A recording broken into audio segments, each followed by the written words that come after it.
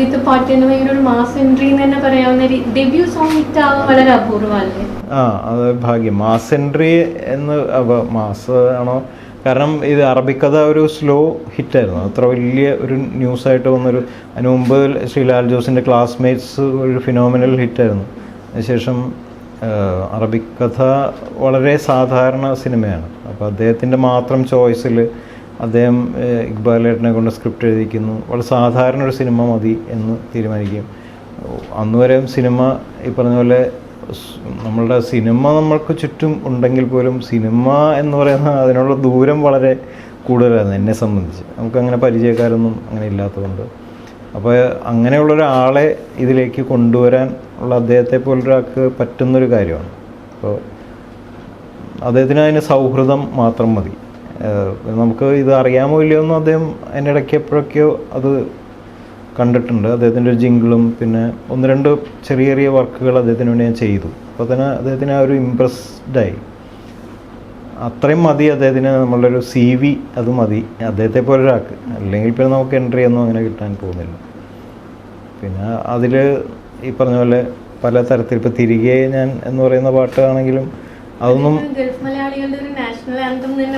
അത് പിന്നീട് അങ്ങനെ ആയി മാറി വളർന്നു ആ പാട്ട്. ശരിക്കും ആ തുടക്കത്തിലൊന്നും അങ്ങനെ ഉണ്ടായിരുന്നില്ല. ഞാൻ അത് നമ്മൾ ആദ്യമായിട്ട് ചെയ്യുന്നു, എനിക്കൊരു അവസരം തരുന്നു, അപ്പോൾ അത് എങ്ങനെയും വിജയിക്കണം എന്നുള്ളത് എന്നേക്കാൾ എൻ്റെ പേഴ്സണൽ ആവശ്യത്തേക്ക് കൂടുതൽ എൻ്റെ ആവശ്യമാകുന്നത് അദ്ദേഹത്തിന് വേണ്ടി അത് ഹിറ്റാകുക എന്നുള്ളൊരു ആവശ്യം എനിക്കുണ്ടായിരുന്നു. അപ്പോൾ അത് പതുക്കെയൊക്കെയാണ് ആയത് ശരിക്കും. എനിക്ക് എപ്പോഴും ഓർമ്മയുണ്ട്, അത് ആദ്യ തുടക്ക ദിവസങ്ങളിലൊന്നും അത്രയ്ക്ക് അങ്ങനെ ഒരു നമുക്കതിൻ്റെ ഒരു ഇത് കിട്ടിയിരുന്നില്ല, ഒരു വൈബ്രേഷൻ കിട്ടിയിരുന്നില്ല. അതിനുശേഷം പതുക്കെ എൻ്റെ പല സുഹൃത്തുക്കളും ഇപ്പോൾ ക്ലാസിക്കൽ, ഞാൻ പണ്ട് ലളിതഗാനങ്ങളൊക്കെ ഭയങ്കര കട്ടിയായിട്ടൊക്കെ ചെയ്തിരുന്ന ആ സമയത്തേക്ക് ആർക്കും പാടാൻ പറ്റാത്ത രീതിയിൽ പാട്ടുകളൊക്കെ ചെയ്തിരുന്ന ഒരു സമയമുണ്ട്. അന്ന് യൂത്ത് ഫെസ്റ്റിവലിലൊക്കെ കുട്ടികളെ പാടിയിരുന്ന. അപ്പോൾ ആ ആൾ ഇപ്പോൾ തിരികെ പോലുള്ള വളരെ ലൈറ്ററായിട്ടുള്ളൊരു കവിതയ്ക്ക് തുല്യമായിട്ടുള്ള വിജി ഇങ്ങനെയല്ലല്ലോ വിജയ്, കാരണം അവർ പ്രതീക്ഷിച്ചത് മറ്റേ രവീന്ദ്രൻ മാഷിൻ്റെ പോലത്തെ അങ്ങനത്തെ പാട്ടാണ് പ്രതീക്ഷിച്ചത്. അങ്ങനെ ഒരു സിനിമയല്ലല്ലോ. അങ്ങനെയൊക്കെ വിളിച്ച് പറഞ്ഞിട്ടുണ്ട്. ഇതല്ല വിജയ് എന്ന് ഞങ്ങൾ പ്രതീക്ഷിക്കുന്നതൊക്കെ എൻ്റെ സുഹൃത്തുക്കളൊക്കെ അന്ന് വിളിച്ച് പറഞ്ഞിട്ടുണ്ട്. പക്ഷെ പിന്നീട് എനിക്ക് സത്യം പറഞ്ഞാൽ എനിക്ക് ഓർമ്മയുണ്ട്, ദുബായിൽ നിന്നൊരാളെ, അജ്ഞാതൻ എന്നെ വിളിച്ചിട്ട് ഫേസ്ബുക്കിലൂടെ നമ്പർ ചോദിച്ച് വിളിച്ചിട്ട് അദ്ദേഹം പറഞ്ഞ് ഞാൻ ജോലി നിർത്തി പോരുകയാണെന്ന് ഈ പാട്ട് കേട്ടിട്ട്. അങ്ങനെ പറഞ്ഞു. അത് കുറച്ച് എക്സാജറേറ്റഡ് ആയിരിക്കും, പുള്ളി ഇപ്പോൾ നിർത്തി പോകുന്നതെന്ന് എനിക്കറിയില്ല. പക്ഷേ അത്രയ്ക്ക് അദ്ദേഹത്തെ അത് ഹോണ്ട്. അതാണ് എനിക്ക് ആദ്യമായിട്ട് കിട്ടുന്ന ഒരു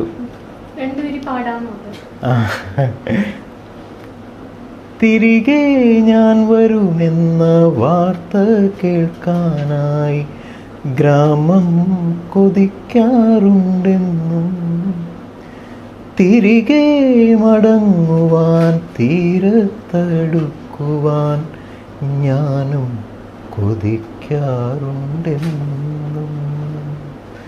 വിടുവായൻ തവളകൾ പതിവായി കരയുന്ന നടവരമ്പോർമ്മയിൽ കണ്ടു വെയിലേറ്റു വാടുന്ന ചെറുമികൾ തേടുന്ന തണലും തണുപ്പും ഞാൻ കണ്ടു. എപ്പോഴാണ് ഇതൊരു കരിയറാക്കി എടുക്കാമെന്നൊരു കുഴപ്പമില്ല. PG കഴിഞ്ഞ് കല്യാണമൊക്കെ കഴിഞ്ഞിട്ടാണെന്നുള്ളത് അല്ലെ അറബിക്കഥ? അതെ അതെ, കരിയർ. ഞാൻ നേരത്തെ പറഞ്ഞ പോലെ ഇത് എല്ലാം നമുക്കൊരു കരിയർ എന്നുള്ളൊരു പരിപാടി ഞാനങ്ങനെ, കാരണം അന്ന് കരിയർ എന്ന് പറയുന്നത് ജോലിയാണല്ലോ. ഇത് എന്നെ സംബന്ധിച്ച് ജോലി ആയിട്ട് ഞാൻ കരുതിയില്ല. കാരണം കോളേജിൽ പഠിക്കുമ്പോൾ തന്നെ പാട്ടുകളൊക്കെ ഇങ്ങനെ കമ്പോസ് ചെയ്യും, ലൈറ്റ് മ്യൂസിക്സൊക്കെ കമ്പോസ് ചെയ്യും. അതിൻ്റെ ഒരു തുടർച്ച ചെയ്തു എന്നേ ഉള്ളൂ. നമുക്കറിയാവുന്ന പരിപാടികൾ ഇങ്ങനെ, അത് ആര് കേൾക്കുന്നു എന്നോ ആരിലേക്കാണ് ഇതൊക്കെ എത്തുന്നതെന്നൊന്നും ഒന്നും ഞാൻ ആലോചിച്ചിട്ടേ ഇല്ല. ഇപ്പോൾ അറബിക്കഥ അവസരം വന്നപ്പോൾ ഞാൻ ഓർത്തു ഇത് ഇങ്ങനെ കുത്തിപ്പിടിച്ചിരുന്ന് ഒരു വലിയ ആക്കണം എന്ന് പറഞ്ഞിട്ടാണ് ആലോചിച്ചെങ്കിൽ പോലും സത്യം പറഞ്ഞ പാട്ട് അങ്ങനെയല്ല ഞാൻ ചെയ്തത്. കവിത ആദ്യം കിട്ടുകയാണ് ചെയ്തത് തിരികെ. അത് ഞാൻ അതിനു മുമ്പ് ലളിതഗാനം ചെയ്ത പോലെ തന്നെയാണ് ഞാനത് ചെയ്തത്. എനിക്ക് വേറെ ഒരു ശ്രോതാവ് ഇത് കേൾക്കും എന്നുള്ളൊരു ധാരണ എനിക്ക് ഉണ്ടായിരുന്നില്ല സത്യം പറഞ്ഞു. അപ്പം അങ്ങനെ തന്നെയാണ് ഇങ്ങനെ പോന്നിട്ടുള്ളത്.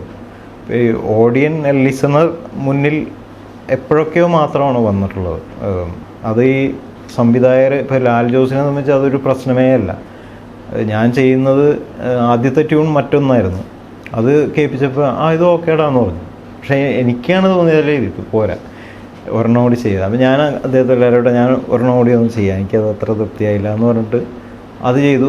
ഇത് ഓക്കെയാണ് അങ്ങനെ പറഞ്ഞു. അല്ലാതെ പുള്ളി അങ്ങനെ ഇത് ചെയ്യുക, അതിന് അഭിപ്രായം അങ്ങനെയൊന്നും പുള്ളിക്ക് അങ്ങനെ ഒരു ഇതില്ല. അപ്പം അതുകൊണ്ട് അങ്ങനെയുള്ള പ്രിവിലേജുകളിലൂടെ വന്നതുകൊണ്ട് ചെറിയ ചില ഡയറക്ടേഴ്സൊക്കെ ആണെങ്കിൽ ഭയങ്കര കണ്ടീഷൻ, ഇന്ന പാട്ട് പോലെ ഇരിക്കണം, മറ്റേ റെഫറൻസ് മറിച്ച് എന്നൊക്കെ പറയുമ്പോൾ നമുക്ക് കുറച്ച് പ്രഷറിലുണ്ടാവും എന്നുള്ളതല്ലാതെ കൂടുതൽ പേരും ഇപ്പോൾ രഞ്ജിത്ത് അദ്ദേഹം കേരള കഫേ എന്ന് പറഞ്ഞ കഥയമമ്മ എന്നൊരു കവിത റഫീഖ് എഴുതുന്നത്, അദ്ദേഹം പറഞ്ഞത് ഒരു ഹിറ്റ് പാട്ട് വേണ്ട എന്നാണ് പറഞ്ഞത്.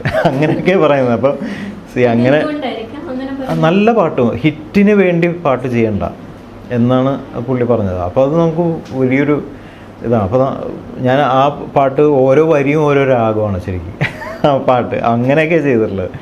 അപ്പോൾ ആ വരി ആ കോൺസെപ്റ്റ് വെച്ച് നോക്കിയിട്ട് അതിങ്ങനെ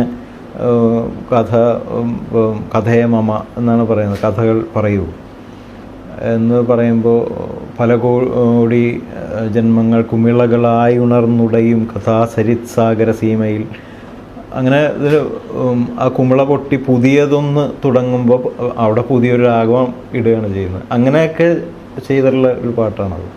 അങ്ങനെ ഒരുപാട് ആദ്യകാലങ്ങളിൽ അങ്ങനെ കുറേ പ്രിവിലേജസ്. ഇപ്പോൾ സോൾട്ട് ആൻഡ് പെപ്പറിലാണെങ്കിലും ആഷിഖ് നബിജി നമുക്ക് ഹിറ്റ് ആകുക എന്നുള്ളതായിരുന്നു. നമുക്ക് വളരെ സ്വീറ്റായിട്ടുള്ള മെലോഡിയസ് ആയിട്ടുള്ള പാട്ടുകൾ ചെയ്താൽ മതി.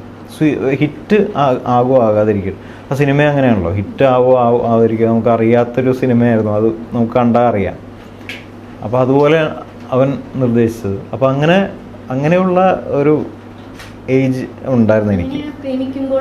പ്രേമിക്കുമ്പോഴും കാണാമുള്ളാൽ എന്നുള്ള പാട്ട്, ചെമ്പാവ് പുന്നില്, അങ്ങനെയൊക്കെ നമുക്കതിനകത്ത് ഈ ചെമ്പാവിൽ മാത്രമാണ് ആ ഒരു ജോണർ ഇങ്ങനെ ആയാൽ കൊള്ളാമെന്ന് പറഞ്ഞത്. ബാക്കി രണ്ട് പാട്ടും അങ്ങനെ ഒരു കണ്ടീഷൻസ് ഉണ്ടായിരുന്നില്ല.